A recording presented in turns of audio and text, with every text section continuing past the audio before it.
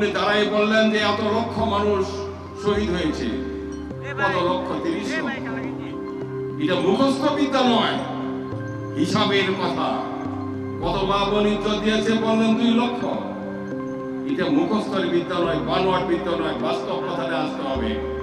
আমরা মুক্তিযোদ্ধারা বেঁচে আছি, আমরা জানি কোন গ্রামে কতজন শহীদ হয়েছে, কোন গ্রামে কত মেয়ে আমাদের মা বোন ইজ্জত হারিয়েছে। এই বক্তব্যটিতে আমি আগে এসেছি। আজকে 54 বছর ধরে বাংলাদেশ দাঁড়াতে পারে নাই। আমরা যখন স্বাধীন হই তখন আমাদের মাথাপিছু ইনকাম প্রায় মালয়েশিয়ার সমান ছিল। মালয়েশিয়ার মাথাপিছু ইনকামের 10 ভাগের 1 ভাগ আমরা নয়। কারণ কি?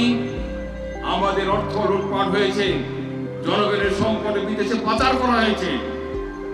বন্ধুগণ, আরেকটা আমরা চাই 72 সাল থেকে আজ পর্যন্ত আমাদের জনগণের অর্জিত কত টাকা বিদেশে পাচার করা হয়েছে তার হিসাব চাই। আমি শুধু একটি ছোট হিসাবই নেই, আপনারা সাম্প্রতিককালে পত্রিকা পড়ে এটা জানা দরকার নাই। 1972 সাল থেকে 75 সাল পর্যন্ত আমাদের তরুণ মুক্তিযোদ্ধা এবং তরুণদের প্রায় 25,000কে হত্যা করেছে তৎকালীন সরকার। তার কোনো জবাবদিহি সরকার করে নাই। কাদের হত্যা করেছে? আমরা যারা যুদ্ধ করতে গিয়েছিলাম, আমরা যারা বিজয় অর্জন করে মানুষকে মুক্ত করতে চেয়েছিলাম, তাদের হত্যা করেছে।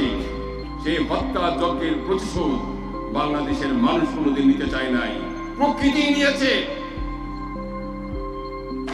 আপনারা যারা এখানে উপস্থিত হয়েছেন, আপনারা জানেন বিগত দিনে আমি আপনাদের পাশে ছিলাম এবং আগামী দিনে আমি আপনাদের পাশে থাকবো।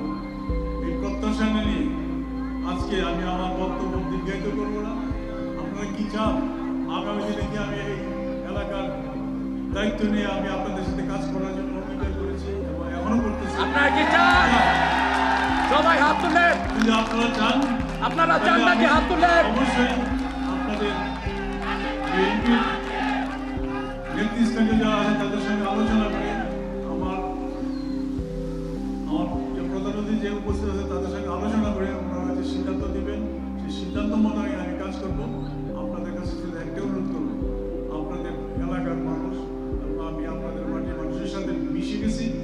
বক্তবলী এলাকার, উপনগর এলাকা যারা আছেন সবাইকে আমি অনুরোধ করবো